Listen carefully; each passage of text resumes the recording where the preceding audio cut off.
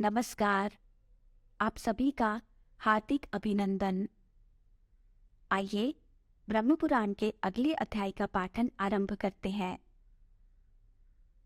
श्री कृष्ण की संतति, अनिरुद्ध के विवाह में रुक्मी का वध, भौमासुर का वध, पारिजात हरण तथा इंद्र की पराजय। व्यास जी कहते हैं, रुक्मणी ने प्रद्युम्न के अतिरिक्त चारुदेशन, सुदेशन, चारुदेय, सुषेण, चारुगुप्त, भद्रचारु, चारुविंद, सुचारु और बलवानों में श्रेष्ठ चारु नामक पुत्र तथा चारुमती नाम की कन्या को जन्म दिया। रुक्मणी के सिवा श्री कृष्ण की 7 पटरानियां और थी। उनके नाम ये हैं: कालंदी, मित्रविंदा, राजा नग्नजित की पुत्री सत्या, जामवान की कन्या इच्छानुसार रूप धारण करने वाली रोहिणी देवी, अपने शील से विभूषित मद्र राजकुमारी भद्रा, सत्राजित की पुत्री सत्यभामा तथा मनोहर मुस्कान वाली लक्ष्मणा। इनके सिवा श्री कृष्ण के 16,000 स्त्रियां और थी। महापराक्रमी प्रद्युम्न ने रुक्मी की सुंदर कन्या को और उस कन्या ने भी श्री हरि के पुत्र प्रद्युम्न को स्वयंवर में ग्रहण किया। उसके गर्भ से प्रद्युम्न जी के अनिरुद्ध नामक पुत्र हुआ, जो महाबली, महापराक्रमी, युद्ध में कभी रुद्ध न होने वाला, बल का समुद्र तथा शत्रुओं का दमन करने वाला था। अनिरुद्ध को भी रुक्मी की पौत्री ने वरण किया। यद्यपि रुक्मी श्री कृष्ण के साथ लाड डांट रखता था, तो भी उसने अपने दौहित्र अनिरुद्ध के साथ पौत्री का विवाह कर दिया। उस विवाह में बलराम आदि यदुवंशी श्री कृष्ण के साथ रुक्मी के भोजगढ़ नगर में गए थे। विवाह हो जाने पर कलिंगराज आदि ने रुक्मी से कहा, राजन, बलराम जुआ खेलना नहीं जानते, तथापि उन्हें जुए का बड़ा भारी व्यसन है। अतः आज हम लोग उनको जुए से ही परास्त करें। बहुत अच्छा कहकर रुक्मी ने सभा में बलराम जी के साथ जुए का खेल प्रारंभ किया। पहले ही दाव में बलभद्र जी 1000 स्वर्ण मुद्रा हार गए। उसके बाद भी कई बार उनकी हार हुई। यह देख मूर्ख कलिंगराज दान दिखाते हुए बलराम जी का उपहास करने लगा। मदोन्मत्त रुक्मी ने भी कहा, बलभद्र को तो धूर्त विद्या का बिल्कुल ज्ञान नहीं है, इसलिए बार बार हार खानी पड़ी है। ये व्यर्थ ही घमंड में आकर अपने को धूर्त विद्या का पूर्ण ज्ञाता मानते थे। तब बलराम जी ने क्रोध में भरकर 1 करोड़ स्वर्ण मुद्राएं दाव पर लगा दी। रुक्मी ने पासा फेंका। अब की बार बलभद्र की जीत हुई। उन्होंने उच्च स्वर से कहा, मैंने जीत लिया। रुक्मी बोला, क्यों झूठ बोलते हो? जीत तो मेरी हुई है। तुमने इस दांव के विषय में चर्चा अवश्य की थी, परंतु मैंने उसका अनुमोदन तो नहीं किया था। ऐसी दशा में भी यदि तुम्हारी जीत हुई है, तो मेरी जीत कैसे नहीं हुई? इसी समय महात्मा बलराम जी के क्रोध को बढ़ाती हुई आकाशवाणी हुई, जीत तो बलदेव जी की ही हुई है। रुक्मी झूठ बोलता है। मुंह से अनुमोदन सूचक वचन ना करने पर भी जो उसने दाव को स्वीकार करके पासा फेंका है, इस कर्म से उसका अनुमोदन सिद्ध हो जाता है। इतना सुनते ही बलराम जी क्रोध से लाल आंखें करके उठ खड़े हुए। उन्होंने जुआ खेलने के पासे से ही रुक्मी को मौत के घाट उतार दिया। फिर कांपते हुए कलिंगराज को बलपूर्वक धर दबाया और जिन्हें दिखा दिखा कर वह हंसता था, उन दांतों को कुपित होकर तोड़ डाला। फिर सभा भवन के सुवर्णमय विशाल स्तंभ को खींच लिया और क्रोध में आकर रुक्मी के पक्ष में आए हुए समस्त राजाओं का संहार कर डाला। बलराम जी के कुपित होने पर संपूर्ण राजा लोग हाहाकार करते हुए भाग खड़े हुए। बलराम जी के द्वारा रुक्मी को मारा गया सुनकर श्री कृष्ण चुप रहे। रुक्मणी और बलराम दोनों के संकोच से वे कुछ बोल न सके। तदनंतर विवाह के बाद भगवान श्री कृष्ण अनिरुद्ध सहित यादवों को साथ ले द्वारका चले गए। एक दिन त्रिभुवन के स्वामी इंद्र मतवाले ऐरावत की पीठ पर बैठकर द्वारका में श्री कृष्ण के पास आए और इस प्रकार बोले, मधुसूदन, यद्यपि आप इस समय मनुष्य रूप में स्थित हैं, तथापि आपने रक्षक बनकर देवताओं के संपूर्ण दुख दूर कर दिए हैं। तपस्वी जनों की रक्षा के लिए अरिष्ट, धेनुक, प्रलंब तथा केशी आदि सब दैत्यों का नाश किया और कंस, कुवलया पीड़, बालघातिनी, पूतना तथा जितने इस जगत के उपद्रव थे उन सबको आपने शांत कर दिया है। आपके भुजदंड से तीनों लोग सुरक्षित होने के कारण देवता यज्ञों में भविष्य ग्रहण करके तृप्त हो रहे हैं। जनार्दन, इस समय मैं जिस उद्देश्य से आया हूँ उसे सुनकर उसके प्रतिकार का उपाय करें। भूमि का पुत्र नरक, जो इस समय प्राज्ञ ज्योतिषपुर का स्वामी है, संपूर्ण भूतों का विनाश कर रहा है। जनार्दन, उसने देवताओं, सिद्धों और राजाओं की कन्याओं का अपहरण करके अपने महल में कैद कर रखा है। वरुण का छत्र, जिससे जल की बूंदें चूती रहती हैं, अपने अधिकार में कर लिया है। मंदराचल के शिखर मणि पर्वत को भी हरण कर लिया है। इतना ही नहीं, नरकासुर ने मेरी माता अदिति के दोनों दिव्य कुंडल भी, जिनसे अमृत झरता रहता है, हर लिए हैं। अब वह मुझसे ऐरावत हाथी लेना चाहता है। गोविंद, उसका यह दुराचार मैंने आपसे निवेदन कर दिया है। इसके बदले में उसके साथ जो कुछ करना चाहिए वह आप स्वयं ही विचारें। यह सुनकर भगवान देवकी नंदन मुस्कुराए और इंद्र का हाथ पकड़कर अपने सिंहासन से उठे। उन्होंने गरुड़ का आवाहन किया। चिंतन करते ही गरुड़ आ पहुंचे।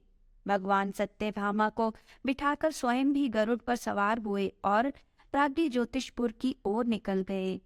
इंद्र भी द्वारका वासियों के देखते देखते ऐरावत हाथी पर सवार हुए और प्रसन्न चित्त हो देवलोक को चले गए।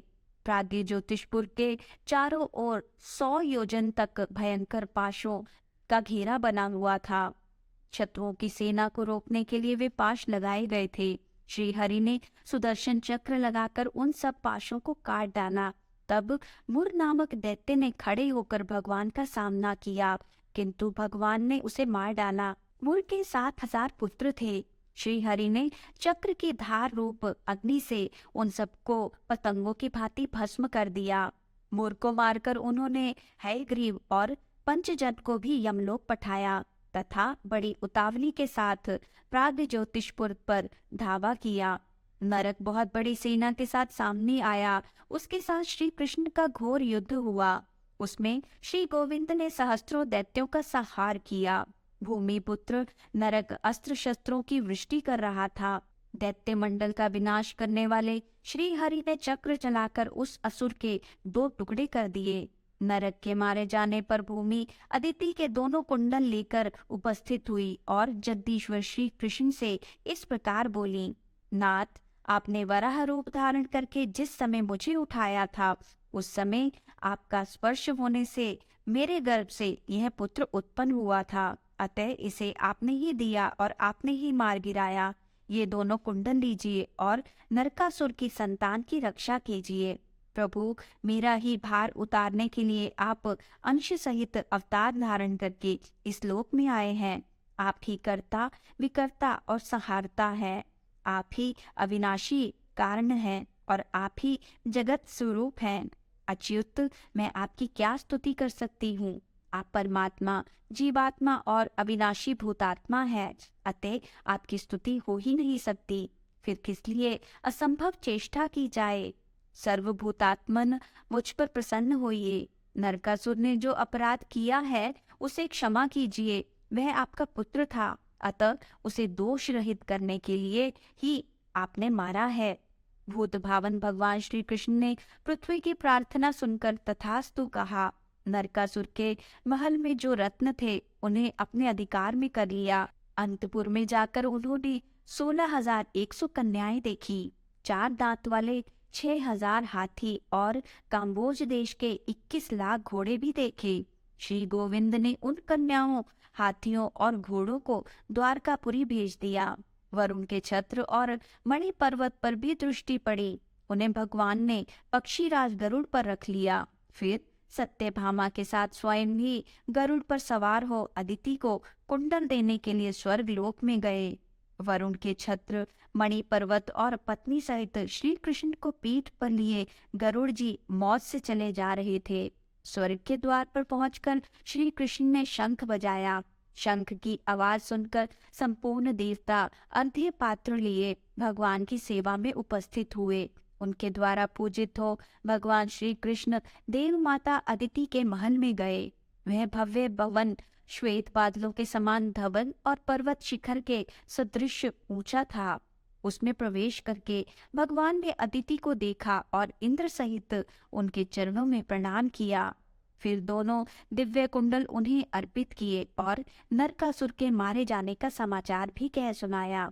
इससे जगन्माता अदिति को बड़ी प्रसन्नता हुई। उन्होंने भगवान में मन लगाकर जगदाधार श्री हरि का इस प्रकार स्तवन किया। अदिति बोली, भक्तों को अभय देने वाले कमल नयन परमेश्वर, आपको नमस्कार है। आप सनातन आत्मा, भूतात्मा, सर्वात्मा और भूत भावन हैं। मन, बुद्धि और इंद्रियों के प्रेरक हैं। गुण स्वरूप आप श्वेत, दीर्घ आदि संपूर्ण कल्पनाओं से रहित हैं। जन्म आदि विकारों से पृथक हैं तथा स्वप्न आदि तीनों अवस्थाओं से परे हैं। आपको नमस्कार है। अच्युत, संध्या, रात्रि, दिन, भूमि, आकाश, वायु, जल, अग्नि, मन, बुद्धि और अहंकार सब आप ही हैं। ईश्वर, आप ब्रह्मा, विष्णु और शिव नामक अपनी मूर्तियों से जगत की सृष्टि, स्थिति और संहार करने वाले हैं। आप कर्ताओं के भी अधिपति हैं। यह चराचर जगत आपकी मायाओं से व्याप्त है। जनार्दन, अनात्म वस्तु में जो आत्म बुद्धि होती है वह आपकी माया है। उसी के द्वारा अहंता और ममता का भाव उत्पन्न होता है। नाथ, इस संसार में जो कुछ होता है वह सब आपकी माया की ही चेष्टा है। भगवान, जो मनुष्य अपने धर्म में तत्पर हो आपकी निरंतर आराधना करते हैं वे अपनी मुक्ति के लिए इस सारी माया को तर जाते हैं। ब्रह्मा आदि संपूर्ण देवता, मनुष्य और पशु ये सभी श्री विष्णु माया के महान भंवर में पड़े हुए मोहांधकार से आवृत हैं। भगवान, जो आपकी आराधना करके भोगों को प्राप्त करना चाहते हैं वे आपकी माया द्वारा बंधे हुए हैं। मैंने भी पुत्र की कामना से और शत्रु पक्ष का नाश करने के लिए आपकी आराधना की है। मोक्ष के लिए नहीं, यह आपकी माया का ही विनाश है। पुण्य रहित मनुष्य यदि कल्प वृक्ष से भी कौपिन मात्र ही लेने की इच्छा करे तो यह अपराध उसके अपने ही पाप कर्मों का है। अपनी माया से संपूर्ण जगत को मोहित करने वाले अविनाशी परमेश्वर, मुझ पर प्रसन्न होइए। ज्ञान स्वरूप संपूर्ण भूतेश्वर, मेरे अज्ञान का नाश कीजिए। आपके हाथों में चक्र, शांग्र, धनुष, गदा और शंख शोभा पाते हैं। विष्णु, आपको बारंबार नमस्कार है। परमेश्वर, शंख चक्र आदि स्थूल चिन्हों से सुशोभित आपके इस रूप का मैं दर्शन करती हूँ। आपका जो परम सूक्ष्म स्वरूप है उसको मैं नहीं जानती। आप मुझ पर प्रसन्न होइए। देव माता अदिति के इस प्रकार स्तुति करने पर भगवान श्री कृष्ण हंसकर बोले, देवी, आप हम सब लोगों की माता हैं, अतः आप ही प्रसन्न होकर हमें वरदान दें। अदिति बोली, एवमस्तु नरश्रेष्ठ, जैसी आपकी इच्छा है मैं वही करूंगी। आप मर्त्य लोक में संपूर्ण देवताओं और असुरों से अजय होंगे। तदनंतर सत्यभामा ने इंद्राणी सहित अदिति को प्रणाम किया और कहा, देवी, आप मुझ पर भी प्रसन्न हो। अदिति ने कहा, सुब्रु, मेरी कृपा से तुम्हें वृद्धावस्था और कुरूपता नहीं स्पर्श कर सकती। तुम्हारी संपूर्ण कामनाएं पूर्ण होंगी। तत्पश्चात अदिति की आज्ञा से देवराज इंद्र ने भगवान श्री कृष्ण का आदर पूर्वक पूजन किया। श्री कृष्ण भी सत्यभामा के साथ देवताओं के नंदन वन आदि संपूर्ण उद्यानों में घूमने फिरने लगे। एक स्थान पर भगवान श्री कृष्ण ने पारिजात का वृक्ष देखा जो परम सुगंधित, मंजरियों से सुशोभित, शीतलता और आह्लाद प्रदान करने वाला था। ताम्रवर्ण के पल्लवों से अलंकृत और सुवर्ण के समान कांतिमान था। अमृत के लिए समुद्र का मंथन होते समय वह प्रकट हुआ था। उसे देखकर सत्यभामा ने श्री गोविंद से कहा, नाथ, इस वृक्ष को आप द्वारका क्यों नहीं ले चलते? आप कहते हैं सत्यभामा मुझे बड़ी प्रिय है। यदि आपकी यह बात सत्य है तो मेरे घर के आंगन की शोभा बढ़ाने के लिए इस वृक्ष को ले चलिए। सत्यभामा के यूं कहने पर भगवान श्री कृष्ण ने पारिजात को गरुड़ पर रख लिया। यह देखकर उस वन के रक्षकों ने कहा, गोविंद, देवराज की महारानी जो शची हैं, उनका इस परिजात पर अधिकार है। आप उनके इस प्रिय वृक्ष को ना ले जाइए। देवताओं ने अमृत मंथन के समय महारानी शची को विभूषित करने के लिए ही इस वृक्ष को प्रकट किया था। आप इसे लेकर कुशल पूर्वक नहीं जा सकते। आप अज्ञानवश ही इसे ले जाने की अभिलाषा करते हैं। भला इस परिजात को लेकर कौन कुशल से जा सकता है? देवराज इंद्र इसका बदला लेने के लिए अवश्य आएंगे। जब वे हाथ में वज्र लेकर आगे बढ़ेंगे, तब संपूर्ण देवता भी उनका साथ देंगे। अतः संपूर्ण देवताओं के साथ आपको विवाद करने से क्या लाभ? अच्युत, जिस कार्य का परिणाम कटु हो, उसकी विद्वान पुरुष प्रशंसा नहीं करते। वन रक्षकों के यूं कहने पर सत्यभामा देवी अत्यंत कुपित होकर बोली, शची अथवा देवराज इंद्र, इस पारिजात को लेने वाले कौन होते हैं? यदि यह अमृत मंथन के समय समुद्र से निकला है, तब तो इस पर संपूर्ण लोगों का समान अधिकार है। इसे इंद्र अकेले कैसे ले सकते हैं? यदि अपने पति की भुजाओं के बल का अधिक घमंड होने के कारण शची इस वृक्ष को रोकती है, तो तुम लोग शीघ्र शची के पास जाकर मेरी यह बात कहो। सत्यभामा अपने पति पर गर्व करके धृष्टता पूर्वक कहती है कि यदि तुम अपने पति को अत्यंत प्रिय हो तो पारिजात वृक्ष को लेकर जाते हुए मेरे पति को उनके द्वारा रोको। यह सुनकर रक्षकों ने शची के पास जा सत्यभामा की कही हुई सारी बातें ज्यों की त्यों सुना दी। शची ने भी अपने स्वामी देवराज इंद्र को युद्ध के लिए उत्साहित किया। तब इंद्र पारिजात के लिए संपूर्ण देव सेना को लेकर श्री हरि से युद्ध करने को उद्यत हुए। जब इंद्र हाथ में वज्र लेकर युद्ध करने के लिए खड़े हुए, तब समस्त देवता भी परिघ, खड़ग, गदा और शूल आदि आयुधों के साथ तैयार हो गए।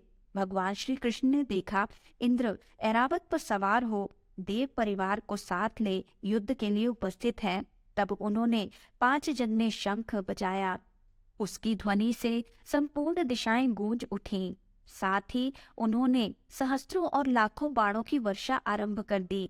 उन बाणों से संपूर्ण दिशाएं और आकाश आच्छादित हो गए। यह देख संपूर्ण देवता भी अनेक प्रकार के अस्त्र शस्त्रों की वर्षा करने लगे।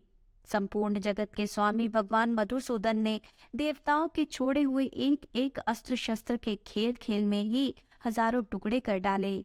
पक्षीराज गरुड़ ने वरुण की पाश को खींच लिया और छोटे छोटे सांपों के शरीर की भांति उसके खंड खंड कर डाले। भगवान देव की नंदन ने यमराज के चलाए हुए दंड को गदा की मार से टूक टूक करके पृथ्वी पर गिरा दिया। कुबेर की शिबिका को चक्र से तिल तिल करके काट डाला। सूर्य और चंद्रमा उनकी दृष्टि पड़ते ही अपना तेज और प्रभाव खो बैठे। अग्निदेव के सैकड़ों टुकड़े हो गए। 8 वसुओं ने भगवान के बाणों की चोट खाकर 8 दिशाओं की शरण ली। 11 रुद्र भी धराशयी हो गए। उनके त्रिशूल के अग्रभाग चक्र की धार से छिन्न भिन्न हो गए। साध्य, विश्वेदेव, मरुदगण और गंधर्व शांग्र धनुषधारी भगवान श्री कृष्ण के बाणों से आहत हो सेमर की रुई के समान आकाश में उड़ने लगे। गरुड़ तो सदा आकाश में ही चलने वाले ठहरे। उन्होंने चोंच से, पंखों से और पंजों से भी देवताओं और दानवों को घायल कर डाला। तदनंतर देवराज इंद्र और भगवान मधुसूदन एक दूसरे पर हजार हजार बाणों की वृष्टि करने लगे, मानो 2 मेघ परस्पर जल की धाराएं बरसाते हों। ऐरावत और गरुड़ में घमासान युद्ध होने लगा। जब सब प्रकार के अस्त्र शस्त्र कटकर गिर गए, तब इंद्र ने वज्र और श्री कृष्ण ने सुदर्शन चक्र हाथ में लिया।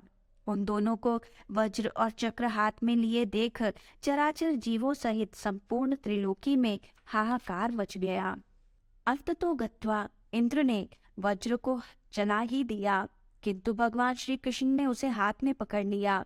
उन्होंने अपना चक्र नहीं छोड़ा, केवल इतना ही कहा, खड़ा रहे, खड़ा रहे। देवराज का वज्र व्यर्थ हो गया और उनके वाहन को गरुड़ ने क्षत विक्षत कर डाला। अतः वे रणभूमि से भागने लगे। उस समय सत्यभामा ने कहा, त्रिलोकीनाथ, आप तो महारानी शची के पति हैं, आपका युद्ध भूमि से भागना उचित नहीं। पारिजात पुष्पों के हार से सुशोभित एवं प्रेम पूर्वक आई हुई शची को यदि आप पहले की भांति विजयी होकर नहीं देखेंगे तो आपके लिए यह देवराज का पद कैसा प्रतीत होगा। इंद्र, अब अधिक प्रयास करने की आवश्यकता नहीं। आप लज्जा का अनुभव ना करें। आप यह पारिजात ले जाइए जिससे देवताओं की पीड़ा दूर हो जाए। मैं आपके घर गई थी किंतु शची ने पति के गर्भ से उन्मत्त होकर मुझे आदर के साथ नहीं देखा। मैं भी स्त्री ही ठहरी और मुझे भी अपने पति पर गर्व है तथा स्त्री होने के कारण मेरा चित्त भी अधिक गंभीर नहीं है, इसलिए मैंने आपके साथ युद्ध ठान दिया। यह पारिजात दूसरे का धन है, इसका अपहरण करने से मुझे कोई लाभ नहीं। सत्यभामा के यूं कहने पर देवराज इंद्र लौट आए और बोले, माननी, खेत को अधिक बढ़ाने से क्या लाभ। जो संपूर्ण जगत की सृष्टि, पालन और संहार करने वाले हैं, उन विश्व रूपधारी परमेश्वर से युद्ध में हार जाने पर भी मुझे लज्जा नहीं हो सकती। देवी, जिनका आदि अंत और मध्य नहीं है, जिनमें संपूर्ण जगत की स्थिति है, जिनसे इसकी उत्पत्ति हुई है और जिन सर्वभूतमय परमेश्वर से ही इसका संहार होगा, उन सृष्टि, पालन और संहार के कारणभूत परमात्मा से परास्त होने पर मुझे लज्जा क्यों होने लगी। जिनकी अत्यंत अल्प और सूक्ष्म मूर्ति को, जो संपूर्ण जगत की जननी है, सब वेदों की ज्ञाता होने पर भी दूसरे मनुष्य नहीं जान पाते, जो स्वेच्छा से ही सदा जगत का उपकार करते हैं, उन अजन्मा, अकर्ता तथा सबके आदिभूत इन सनातन परमेश्वर को जीतने में कौन समर्थ हो सकता है। व्यास जी कहते हैं, देवराज इंद्र की इस प्रकार स्तुति करने पर भगवान श्री कृष्ण ने गंभीर भाव से हंसकर कहा, जगतपते, आप देवराज इंद्र हैं और हम मनुष्य हैं। आपको मेरे द्वारा किया हुआ यह अपराध क्षमा करना चाहिए। यह रहा आपका पारिजात वृक्ष, इसे इसके योग्य स्थान पर ले जाइए। इंद्र, मैंने तो केवल सत्यभामा की बात रखने के लिए ही इसको ले लिया था। आपने मेरे ऊपर जो वज्र चलाया था उसे भी लीजिए। यह शत्रु संहारक अस्त्र आपका ही है। इंद्र बोले, प्रभु, मैं मनुष्य हूँ, यूं कहकर आप मुझे क्यों मोह में डाल रहे हैं। भगवान, हम तो आपके इस सगुण स्वरूप को ही जानते हैं, आपके सूक्ष्म स्वरूप का ज्ञान हमें नहीं है। जगन्नाथ, आप जो कोई भी हो, इस समय जगत की रक्षा में तत्पर हैं। असुरसूदन, आप संसार का कंटक दूर कर रहे हैं। श्री कृष्ण, यह पारिजात आप द्वारकापुरी को ले जाएं। जब आप मरते लोग छोड़ देंगे तब यह पृथ्वी पर नहीं रहेगा। बहुत अच्छा कहकर भगवान श्री हरि भूलोक में चले आए। उस समय सिद्ध, गंधर्व तथा ऋषि महर्षि उनकी स्तुति कर रहे थे। उत्तम पारिजात वृक्ष लेकर श्री कृष्ण सहसा द्वारकापुरी के ऊपर जा पहुंचे। उन्होंने शंख बजाकर द्वारका वासियों के हृदय में हर्ष भर दिया।